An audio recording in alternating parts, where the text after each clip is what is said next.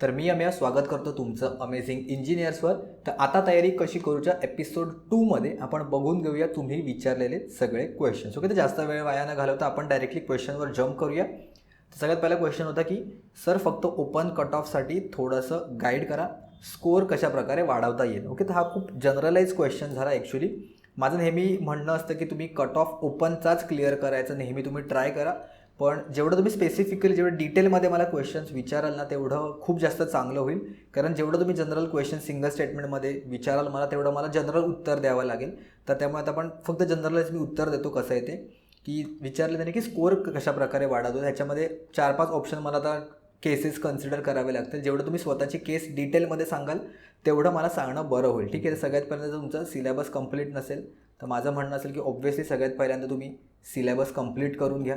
कारण बरेच जण आत्ता नव्याने स्टार्ट करत आहेत, तर त्यामुळे तुम्हाला सिलेबस सगळ्यात पहिल्यांदा कंप्लीट झाला असेल. सिलेबससोबतच तुम्हाला क्वेश्चन्सची प्रॅक्टिससुद्धा करावी लागेल. कारण क्वेश्चन सॉल्व करणं इम्पॉर्टंट आहे आपल्या पेपरमध्ये. तुम्हाला किती सिलेबस माहिती आहे हे फायदा नाही आहे, क्वेश्चन प्रॅक्टिस तुम्हाला करावी लागेल. त्याच्यासाठी प्रिव्हियस इयर क्वेश्चन्स तुम्ही प्रॅक्टिस करू शकता. प्रिव्हियस इयर क्वेश्चन्ससाठी तुम्ही YCTचं बुक येते सॉल्व करू शकता, YCT AEचं, किंवा तुम्ही टेक्स्टबुक जे ॲप आहे आपलं टेक्स्टबुक त्याच्यावर क्वेश्चन्स असतात, बऱ्याच टेस्ट असतात, त्यासुद्धा तुम्ही देऊ शकता. डिफरंट स्टेटचे जे एक्झाम झाले त्याच्यात देऊ शकता. ते प्रॅक्टिस तुम्ही त्याच्यामध्ये करू शकता. कारण एवढे क्वेश्चन झाल्यानंतर मग तुम्ही टेस्ट सिरीजवर जम्प करू शकता. बऱ्याच टेस्ट सिरीज अवेलेबल आहेत. टेस्ट सिरीजवर जम्प केल्यानंतर तुम्हाला तुमचं समजेल तुमचा वीक झोन कुठला आहे, त्याच्यावर तुम्ही काम करू शकता. आणि टेस्ट सिरीजमध्ये जे काही मिस्टेक्स होत आहेत त्याच्यावरून तुम्ही मोर प्रॅक्टिस तुम्हाला करावी लागेल आणि त्याच्यावरून तुम्हाला रिव्हिजन आहे ती तुमची वाढवावी लागेल. मोर प्रॅक्टिस अँड रिव्हिजन. आणि फायनली तुम्हाला स्टेप नंबर 3 आणि स्टेप नंबर 4 ह्याच तुम्हाला कराव्या लागणार आहेत. टेस्ट सिरीज दिल्यानंतर परत तुम्हाला रिव्हिजन करावी लागणार आहे, कारण ज्या मिस्टेक झाल्या त्याची प्रॅक्टिस करावी लागणार आहे. परत तुम्हाला टेस्ट सिरीज द्यावी लागणार आहे. आणि ओपनचा जर कट ऑफ जो तुम्ही विचारला तर मी नेहमी सांगेन की 100+ टार्गेट ठेवा. कारण तुम्ही आत्ता जर 100+ टार्गेट ठेवलं तर पेपरला जाऊन कदाचित तिकडे मार्क्स कमी येऊ शकते. एक्झाम प्रेशरमध्ये थोड्या गोष्टी चेंज होतात. आपण घरी सॉल्व करतो त्यामुळे बऱ्याचदा आपले मार्क्स वगैरे पण जास्त वाढतात. आपण कम्फर्ट झोनमध्ये असतो. पेपरमध्ये बऱ्याचदा मार्क्स कमी होण्याचे चान्सेस आहेत. तर त्यामुळे कट ऑफची प्रॅक्टिस करताना जर ओपनसाठी विचारलं तर मी नेहमी सांगेन की 100+च घ्या. आणि जे रिझर्वेशनवाले आहे ते सुद्धा 100+च टार्गेट ठेवा, जेणेकरून तुम्हाला इम्प्रूव्ह कराल तसं तुमचे सिलेक्शनचे चान्सेस तुम्ही कन्फर्म करता. ठीक आहे. आणि नेक्स्ट टाईम तुम्ही स्वतःच्या डिटेलमध्ये प्रॉब्लेम सांगितले तेवढं मला उत्तर देणं खूप जास्त सोयीस्कर पडेल. ठीक आहे, जाऊया पुढच्या क्वेश्चनकडे. इलेक्ट्रॉनिक्स अँड टेलिकम्युनिकेशनसाठी बऱ्याच ठिकाणी गायडन्स नाही आहे, तर त्यासाठी बरेच रिक्वेस्टसुद्धा आले होते. इलेक्ट्रॉनिक्स अँड टेलिकम्युनिकेशनचं काही सोर्स आणि सजेशन आहेत का, तर लवकरच आपण त्याच्यासाठी एक इंटरव्ह्यू सिरीज पण घेऊन येऊ. जे टेलिकम्युनिकेशनचे जे टॉपर आहेत त्यांच्यासोबत आपण इंटरव्ह्यू घेऊया. म्हणजे त्यांच्या तोंडूनच ते तुम्हाला गाईड करतील की त्यांनी काय काय रेफर केलं होतं किंवा त्यांनी काय काय सोर्स मटेरियल यूज केलं होतं. पण थोडे बहुत मी त्यांच्याशी बोलून एक आयडिया घेतली, ते मी तुम्हाला सांगतो. बऱ्याच जणांनी सांगितलं मला की इंजिनिअरिंग सर्व्हिस एक्झामचे तुम्ही म्हणजे IASचे तुम्ही प्रिव्हियस इयर क्वेश्चन्स आहेत जर तुम्ही सॉल्व केले तर त्याचा तुम्हाला खूप जास्त फायदा होईल. टेलिकम्युनिकेशनसाठी बऱ्याच जणांनी हेच सॉल्व केलं होतं. आणि इम्पॉर्टंट सब्जेक्ट्स मी त्यांना विचारले होते ते कुठले त्यांनी सांगितलं होतं की नेटवर्क्स सगळ्यात पहिल्यांदा टॉपमोस्ट प्रायोरिटीवर आहे, त्याच्यामध्ये जास्त क्वेश्चन आणि मोस्ट इम्पॉर्टंट आहेत. त्यानंतर कम्युनिकेशन तुमचा जो मेन टॉपिक आहे त्याच्यामध्ये डिजिटल प्लस ॲनालॉग दोन्ही कम्युनिकेशन तुम्हाला ह्याच्यामध्ये करावे लागतील. आणि तिसरं म्हणजे EDC म्हणजे इलेक्ट्रॉनिक डिव्हाइस अँड सर्किट्स, किंवा आपण ज्याला ॲनालॉग इलेक्ट्रॉनिक्स म्हणतो, याच्यामध्ये हे टॉपमोस्ट प्रायोरिटीवर आहेत. ह्याच्यावर सगळ्यात जास्त क्वेश्चन येण्याचे चान्सेस आहेत. आणि त्यानंतर रिमेनिंग जे तुमची इलेक्ट्रोमॅग्नेटिक फील्ड थिअरी असेल किंवा डिजिटल इलेक्ट्रॉनिक्स असेल किंवा सिग्नल सिस्टीम असेल हे त्यानंतर येतील. पण हे 3 टॉपिक तुम्हाला, हे 3 सब्जेक्ट तुम्हाला हायेस्ट वेटेजवर करावे लागतील. आणि मेन सगळा जो गेम आहे ना तो तुमचा नॉन टेक्निकलवर आहे असं मला सांगितलं बऱ्याच जणांनी. नॉन टेक्निकलचं डिसाइडिंग फॅक्टर होतो. कारण जो टेक्निकलचा पार्ट आहे आत्ताचा पण तुम्ही पेपर बघितला असेल तर खूप इझी पेपर आला होता, जो आता जानेवारी का फेब्रुवारीमध्ये झाला होता. तो पेपर खूप इझी होता. टेक्निकलचा जो पार्ट होता तो. नॉन टेक्निकलच पार्ट तुमचा डिसाइडिंग फॅक्टर होईल. तर त्यामुळे आत्तासाठी तरी मी तुम्हाला एवढं शॉर्टमध्ये सांगतो फक्त टेलिकम्युनिकेशनसाठी. बाकी आपण इंटरव्ह्यू जेव्हा घेऊन येऊया तेव्हा तुम्हाला डिटेलमध्ये गोष्टी समजूनच येतील. ठीक आहे, तोपर्यंत ही व्हिडिओ शेअर करा तुम्ही मित्रांसोबत. टेलिकम्युनिकेशनचे कोण असेल म्हणजे त्यांना पण समजेल की इंटरव्ह्यू आपल्या चॅनलवर येईल लवकरच, जेणेकरून तुम्हाला येत्या काही दिवसात त्याचा फायदा होईल. नेक्स्ट क्वेश्चन आहे, सर रिव्हिजन आणि टेस्ट सिरीजचं प्लॅनिंग कसं करायचं. ठीक आहे, ह्याचं पण खूप शॉर्टमध्ये त्याने क्वेश्चन विचारलं तर आपण जनरलायझर्स ह्याचं उत्तर देतो मी जसं मला जमेल त्या अकॉर्डिंग.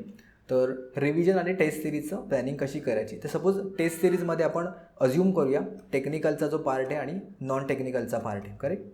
टेक्निकलमध्ये जसं मी सांगतो सेम तुम्ही नॉन टेक्निकलसाठी अप्लाय करू शकता. टेक्निकलमध्ये काय करू शकता आणि रिव्हिजन पण वेगळी काय करावी लागणार हे पण मी सांगतो. टेक्निकलमध्ये तुम्ही सॉल्व करताय टोटल आपले 50 क्वेश्चन्स आहेत. राईट. 50 क्वेश्चनमध्ये तुम्ही एक टेस्ट सिरीज अटेम्प्ट केली. ओके. टेस्ट सिरीज तुम्ही अटेम्प्ट केल्यानंतर 50 क्वेश्चनपैकी सपोज तुमचे फक्त 35 क्वेश्चन्स तुमचे सॉल्व झाले. ओके. 35 क्वेश्चन्स सॉल्व झाले तर रिमेनिंग क्वेश्चन्स किती आहे. 15 क्वेश्चन्स आपले अजून अनसॉल्वड आहेत. करेक्ट. अनसॉल्वड असेल किंवा तुम्हाला त्यावेळेला नाही समजलं किंवा तुमचे रॉंग आले आपण असं पकडूया. ठीक आहे. सॉल्व झाले किंवा करेक्ट आले आपण असं पकडूया. आणि 15 क्वेश्चन तुमचे सॉल्वच नाही झालेत किंवा रॉंग आलेत. तर आता तुमचं स्ट्रॅटेजी काय असली पाहिजे किंवा ह्याचा ॲनालिसिस करताना तुम्ही काय केलं पाहिजे. जो रिव्हिजनचा पार्ट तुम्ही म्हणताय ना तर रिव्हिजन करण्यासाठीच हे जे 15 क्वेश्चन आहेत तर सपोज त्यातला एक टॉपिक असेल फॉल्ट ॲनालिसिसचा. 15 क्वेश्चनपैकी एक असेल फॉल्ट ॲनालिसिस. एक असेल आपला मेजरमेंटपैकी 2 वॅटमीटर मेथड असेल. तिसरा असेल तुमचा सपोज 2 पोर्ट नेटवर्कचा एक क्वेश्चन असेल जो तुम्हाला नाही जमला आहे. चौथा एक असेल तुमचा ट्रान्झियंटवरचा एक क्वेश्चन असेल जो तुम्हाला नाही जमला आहे सपोज.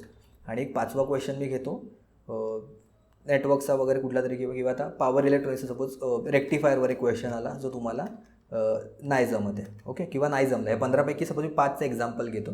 तर आता तुमचं रिव्हिजनमध्ये तुम्ही काय करायला पाहिजे.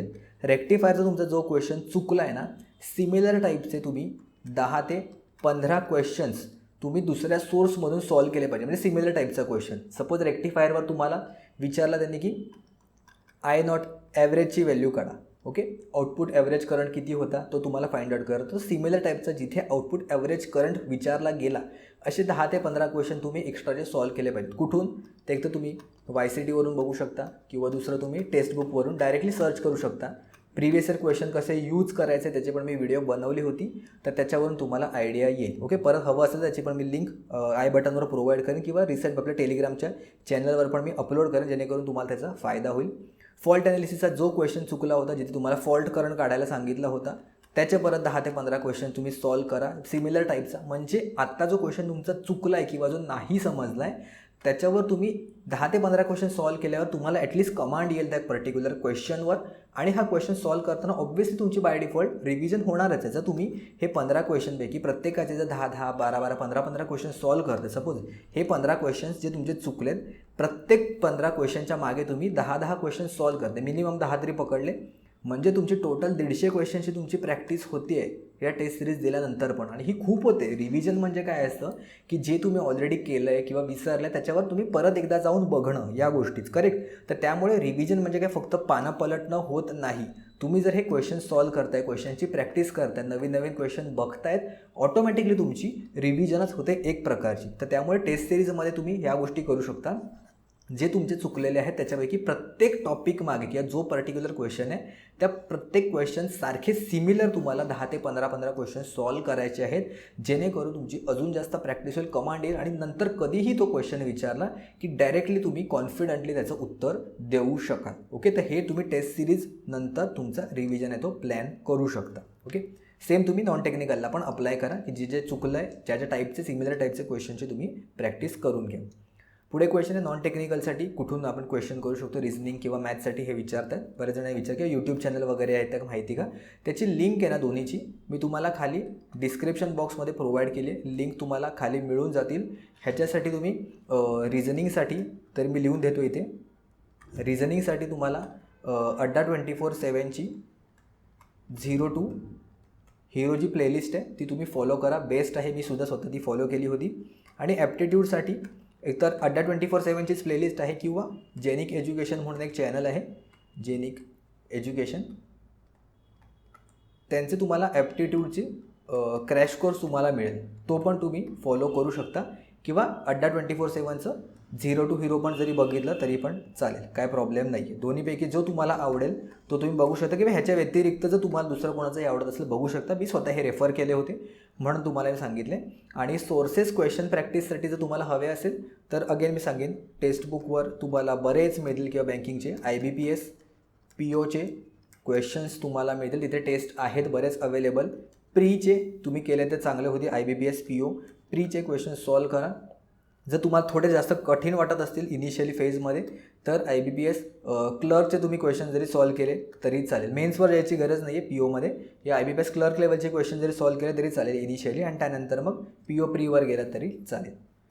नंतर ऑन एन ॲव्हरेज एक सब्जेक्टला किती टाईम द्यायचा आणि स्पीड किती असावी जेणेकरून सिलेबस आणि रिव्हिजन लवकर पूर्ण करता येईल, ज्यानंतर टेस्ट सिरीज अटेम्प्ट करू शकतो. ओके, हा थोडा बहुत मी म्हणू शकतो की डिटेलमध्ये क्वेश्चन विचारला होता, तर ह्याचं व्यवस्थित आपलं उत्तर पण द्यायचं. तर एका सब्जेक्टला किती टाईम द्यायचा आणि स्पीड किती असावा. आता ह्याच्यामध्ये पण एक गोष्ट आहे की तुम्ही फर्स्ट टाईमच प्रिपेअर करताय की ऑलरेडी तुमचा अभ्यास झालेला आहे आणि तुम्हाला रिव्हिजनसाठी किती दिवस द्यायचे आहे ते तुम्हाला बघावं लागेल. पण ठीक आहे, मी एक फ्रेशरच्या हिशोबानेच सांगतो. ऑन एन ॲव्हरेज तुम्ही 5 ते 6 डेज तुम्ही पर सब्जेक्टला देऊ शकता. त्याच्यामध्ये पण जे आपले इम्पॉर्टंट आहे, जसं की पॉवर सिस्टीम जो आपला इम्पॉर्टंट आहे, मेन सब्जेक्ट आहे, त्याला तुम्ही थोडे जास्त दिवस दिले तरी चालेल. पॉवर सिस्टीमला तुम्ही ॲटलीस्ट 7 to 8 किंवा 10 डेजपर्यंत पण जाऊ शकता. जो आपला इलेक्ट्रिकल मशीन आहे त्याच्यामध्ये पण तुम्ही एक 7 ते 8 दिवस देऊ शकता. त्यानंतर जो नेटवर्कचा पार्ट आहे, नेटवर्कमध्ये आपण 5 ते 6 दिवस देऊ शकतो, इझिली कवर होऊ शकतो. त्यानंतर जो आपला मेजरमेंटचा जो टॉपिक आहे, मेजरमेंटचे जे सब्जेक्ट आहेत त्याच्यासाठी सुद्धा आपण 5 ते 6 दिवस देऊ शकतो. म्हणजे ऑन एन ॲव्हरेज तुम्ही 5 ते 6 देऊ शकता. जे मोठे मोठे सब्जेक्ट आहेत, जे बिग सब्जेक्ट्स आहेत, त्याच्यासाठी तुम्ही एक्स्ट्रा 5 to 6 डेज तुम्हाला वाटलं तर देऊ शकता. तर सपोज तुम्ही 10 जर दिवस पकडले, 10 तरी टोटल 40 दिवस जाते. म्हणजे ऑलमोस्ट तुम्ही 1.5 मंथ्सपर्यंत पोचा. तर आपल्याला हेच जर फक्त सब्जेक्टच करत बसलो, 45 दिवस जर सपोज मी पकडले हे प्लस एक्स्ट्राचे 5, एवढ्यामध्ये तुम्ही फक्त 45 दिवसामध्ये जर तुम्ही एवढंच करत बसले, फक्त सब्जेक्टच वाचत बसले किंवा कवर करत बसले, तर आपल्याला तेवढं चालणार नाही आहे. त्यामुळे मी थोडे कमी डेजेस घेतलेत. तुम्ही नंतर पाहिजे तर तुम्हाला कॉन्फिडन्स आल्यानंतर परत तुम्ही त्याच्यावर द्या. मेन वेटेज पॉवर सिस्टीमला ठेवा, इलेक्ट्रिकल मशीन, नेटवर्क, मेजरमेंट, आणि उरलेला जो वेळ आहे तो तुम्ही बाकीच्या सब्जेक्टला जा, ॲनालॉग किंवा डिजिटलला. हे अकॉर्डिंग तुम्हाला मी सांगितलं होतं की एक 75 डेजचा पण मी प्लॅन बनवलेला आहे. त्याची व्हिडिओ लिंक मी लास्ट टाईम पण शेअर केली होती, पाहिजे ह्या व्हिडिओमध्ये पण मी प्रोव्हाइड करेन. टेलिग्रामच्या ग्रुपवर तुम्हाला मिळेल, मी तिथे अपलोड केलेली आहे. 75 डेजचा प्लॅन आहे, तो तुम्ही फॉलो करू शकता. सो ऑन एन ॲव्हरेज 1 वीकच्या वरती शक्यतो जाऊ नका. 1 वीकपेक्षा जेवढं खाली असेल तेवढंच तुमच्यासाठी बरं होईल. म्हणजे जेणेकरून तुम्हाला नंतर क्वेश्चन प्रॅक्टिससाठी सुद्धा तुम्हाला बराच टाईम मिळेल. आता फक्त वाचत गेलो आणि क्वेश्चनची प्रॅक्टिस नाही केली तर तेवढा कॉन्फिडन्स आपल्याला वाटणार नाही. ओके, त्यानंतर क्वेश्चन विचारलं की जॉबसोबत कसा अभ्यास करायचा. आता हा पण खूप जनरल क्वेश्चन आहे. मी अंकित सरांसोबत सुद्धा परत बोललो ह्या क्वेश्चनच्या बाबतीत की ह्याच्यावरून काय सांगता येईल आपल्याला. तर त्यांचं पण सुद्धा म्हणणं होतं की बऱ्याच गोष्टी ह्याच्यामध्ये येतात की एकतर तुझा शिफ्ट ड्युटी आहे का किंवा जनरल ड्युटी आहे, तुला त्याच्यामध्ये टाईम किती मिळतो आहे स्वतःसाठी, तुझा ट्रॅव्हलिंगचा टायमिंग तुला ह्याच्यामध्ये किती आहे, तुला वर्क फ्रॉम होम तिथे करता येईल का तुला, किंवा तुला ऑफिसला लीव्ज कशा मिळत आहेत, या सगळ्या गोष्टी मॅटर करतात. तर तुझा पर्टिक्युलर जो काय आहे ना शशांक, जो काय प्रॉब्लेम किंवा दुसरा कोणाचा पण, तुम्ही जेवढं स्पेसिफिक मेन्शन कराल ना ज्या गोष्टी, तेवढं आम्हाला उत्तर देणं खूप जास्त सोयीस्कर होईल. म्हणजे आपल्याला हे काय नॉर्मल Q&A टाईमपासवाले जे काही इंस्टाग्रामवर वगैरे होतं ना Q&A वगैरे, ते ह्याच्यासाठी मी नाही सिरीज इन्क्लूड केली आहे. तुमचा स्पेसिफिक जर काय प्रॉब्लेम असेल की तुम्हाला सगळ्या गोष्टी मला एक्सप्लेन कराल आणि तरीसुद्धा तुम्हाला फिगर आउट होत नसतील की आता काय करू, त्यासाठी ही मी स्पेशलाइज सिरीज चालू केली. हे फक्त टाईमपास गप्पा मारण्यासाठी ज्या क्वेश्चन आन्सरच्या सिरीज नाही आहेत. ओके, तर जेवढं तुम्ही डिटेलमध्ये सांगाल तुमचे प्रॉब्लेम, तेवढं मला तुमच्यापर्यंत तुमचं करेक्ट सोल्युशन पोहोचवणं मला तुमच्यासाठी फायदेशीर होईल. तर तुला जनरलाइज वेमध्ये जर तुला क्वेश्चनच असेल तर ही व्हिडिओ बघ. एक ऑलमोस्ट 56 मिनिटाची तासाभराची व्हिडिओ आहे. अंकित सरांनी बऱ्यापैकी त्यांच्या एक्सपिरियन्सवरून त्यांनी काय काय केलं होतं ते सगळ्या गोष्टी सांगितल्या. मेट्रोमध्ये जॉब करताना सुद्धा त्यांनी काय काय केलं, कसा टाईम यूज केला, ते ह्याच्यामधून तू बघू शकतोस. ओके, नेक्स्ट आहे विद्युत सहाय्यकसाठी 60 डेजची प्रिपरेशन स्ट्रॅटेजी सांगा किंवा विद्युत सहाय्यकसाठी स्ट्रॅटेजी सांगा. ओके, बऱ्याच जणांचे आलेत कमेंट्स, मला टेलिग्रामवर सुद्धा मेसेजेस आले. लवकरच ह्याची व्हिडिओ येईल. ओके, प्लॅन करूया आपण प्रॉपर. ह्याच्यामध्ये सोर्सेस वगैरे काय तुम्हाला यूज करायला लागतील, बुक्स कुठले रेफर करू शकता किंवा कुठले काय प्लेलिस्ट आहे का, कोर्स वगैरे आहे का, सगळ्या गोष्टी आपण डिटेल डिस्कस करूया. आणि स्ट्रॅटेजी काय असली पाहिजे पुढच्या अपकमिंग डेजमध्ये, कुठून करू शकता, त्या सगळ्या गोष्टी आपण डिस्कस करूया. Okay, don't worry about that. त्यानंतर टेक्निकल टेस्ट सिरीज केव्हा चालू करायची आणि किती टेस्ट द्यायला पाहिजे ओनली टेक्निकलचा. ओके, हा क्वेश्चन एक होता. टेस्ट सिरीज केव्हा चालू कराल, जेव्हा तुमचा सगळ्यात पहिल्यांदा सिलेबस कंप्लीट असेल. सिलेबस कंप्लीट झाला नसेल तर टेस्ट सिरीजवर उडी मारायची अजिबात घाई करू नका. बरेच जण बोलतील की टेस्ट सिरीज द्या, काही गरज नाही आहे. जोपर्यंत सिलेबस कंप्लीट होत नाही किंवा ॲटलिस्ट हे जे मेजर 4 आपले कोर सब्जेक्ट आहे इलेक्ट्रिकलचे ते जोपर्यंत तुमचे होत नाही तोपर्यंत टेस्टवर जाऊ नका, जंप करू नका. तुमचा मार्क्स कमी येणार, कॉन्फिडन्स लूज कराल आणि तुम्ही कॉम्पिटिशनमधून बाहेर व्हाल, गिवअप कराल आधीच. त्यामुळे सिलेबस कंप्लीट करायला ट्राय करा. त्यानंतर रिव्हिजन पण करा सोबत आणि त्यानंतर मग तुम्ही टेस्ट सिरीजवर जाऊ शकता. तर टेंटेटिव्हली तुम्ही आयडिया विचारली तर जर सपोज आपल्याकडे 60 डेज असतील, ओके 60 डेज असतील तर ॲटलिस्ट 40 डेजपर्यंत तरी तुम्ही कवर करायचा ट्राय करा सगळ्या गोष्टी अभ्यासाच्या वगैरे. आणि त्यानंतर लास्टचे जे 20 डेज असतील त्याच्यामध्ये तुम्ही म्हणजे ऑलमोस्ट तो 3 वीकचा पार्ट होतो, 21 डेज होते ना, तो 20 डेजमध्ये 3 वीकचा पार्ट असेल तेव्हा तुम्ही मग टेस्ट सिरीजवर वगैरे जंप करू शकता. ओके 1/3 2/3च्या हिशोबाने 2/3 तुम्ही प्रिपरेशन करा आणि 1/3 टाईममध्ये जो काय असेल तेव्हा आपण टेस्ट सिरीजवर वगैरे जाऊ शकतो. आणि किती टेस्ट द्यायचे ह्याला असं लिमिट असं काहीच नाही आहे. जेवढं जास्त प्रॅक्टिस कराल तेवढं चांगलं आहे. किती पण जेवढं तुम्हाला फायनल डेजमध्ये देता येईल तेवढं द्या. जर तुम्हाला वाटतं की फक्त मी पॉवर सिस्टीम कंप्लीट केल्यानंतर सब्जेक्ट वाईज टेस्ट द्यायचे, देऊ शकता बिंदास. मशीन्स कंप्लीट केल्यानंतर मला एक सब्जेक्ट वाईज टेस्ट द्यायचे, देऊ शकता बिंदास. आपल्याकडे सब्जेक्ट वाईजसुद्धा टेस्ट आहेत. ॲपवर जर तुम्ही गेलात तर तुम्हाला मिळून जातील किंवा तुम्ही टेक्स्टबुकवर वगैरे पण देऊ शकता. तर त्यामुळे सिलेबस आधी कंप्लीट करा आणि मग सब्जेक्टवर जा.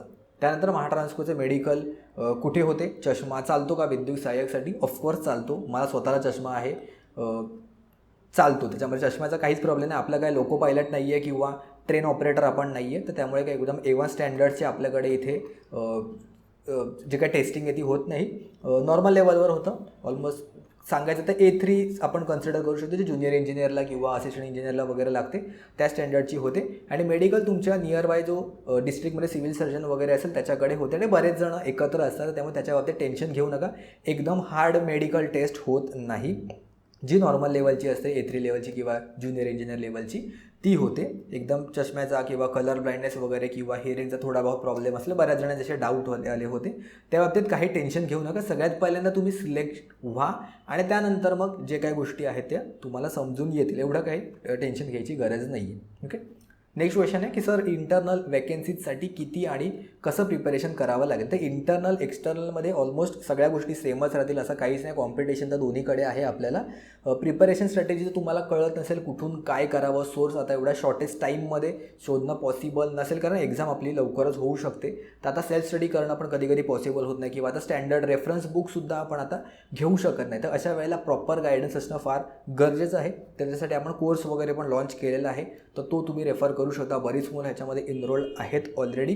टोटल फीज तुम्हाला 3000 आहे, पण आता सध्या डिस्काउंट चालू असल्यामुळे तुम्हाला तो 2500 रुपीजमध्ये मिळेल. सध्या डिस्काउंट एक 2-4 दिवसच असेल फक्त ही व्हिडिओ टाकल्यापासून. तर त्यानंतर परत तुम्हाला 3000वरच घ्यायला लागेल. ह्याच्यामध्ये आपल्या टेस्ट सिरीजसुद्धा इन्क्लुडेड आहे. ह्याच्यामध्ये सब्जेक्ट वाईजसुद्धा आहे. ते म्हणजे 15 टेस्ट तुम्हाला दिसतात. त्याच्यामध्ये टोटल 10 सब्जेक्ट वाईजसुद्धा आहेत आणि आपल्या 5 आहेत त्या फुल लेंथ टेस्टसुद्धा ह्याच्यामध्ये मिळतील. जो काय कंटेंट वगैरे तुम्ही स्वतः जाऊन बघू शकता, खात्री करून घेऊ शकता आतमध्ये काय काय आहे ते. 6 महिन्याची व्हॅलिडिटी आहे. हिंदीमध्ये कोर्स आहे, म्हणजे सगळ्यांना समजेल या हिशोबाने. ठीक आहे. तर ह्याच्या व्यतिरिक्त पण जर तुमचे काय डाऊट वगैरे असतील तर तुम्ही कमेंट्समध्ये विचारू शकता. आणि प्लीज जेवढं तुम्ही डिटेलमध्ये स्वतःचे प्रॉब्लेम ह्याच्यामध्ये एक्सप्लेन कराल तेवढं मला त्याचं उत्तर देणं सोयीस्कर वाटेल किंवा तुम्हाला एक्झॅक्टली तुमचं उत्तर मिळेल. कारण मला मग मल्टिपल पॉसिबिलिटीज कॉम्बिनेशन घेऊन तुम्हाला त्याचं उत्तर द्यावं लागेल आणि जनरल उत्तर देण्यामध्ये काहीच मजा नाही. ओके. तर त्यामुळे आस्क अमे हॅशटॅग वापरून तुम्ही खाली कमेंट्समध्ये विचारू शकता की टेलिग्रामवर पण विचारू शकता. पण इथे जेवढं विचारत तेवढं मला एकत्र सगळे क्वेश्चन मिळतील. ठीक आहे. तर आजच्या व्हिडिओमध्ये एवढंच. भेटूया आपण पुढच्या व्हिडिओमध्ये तुमच्या प्रश्नांसोबत.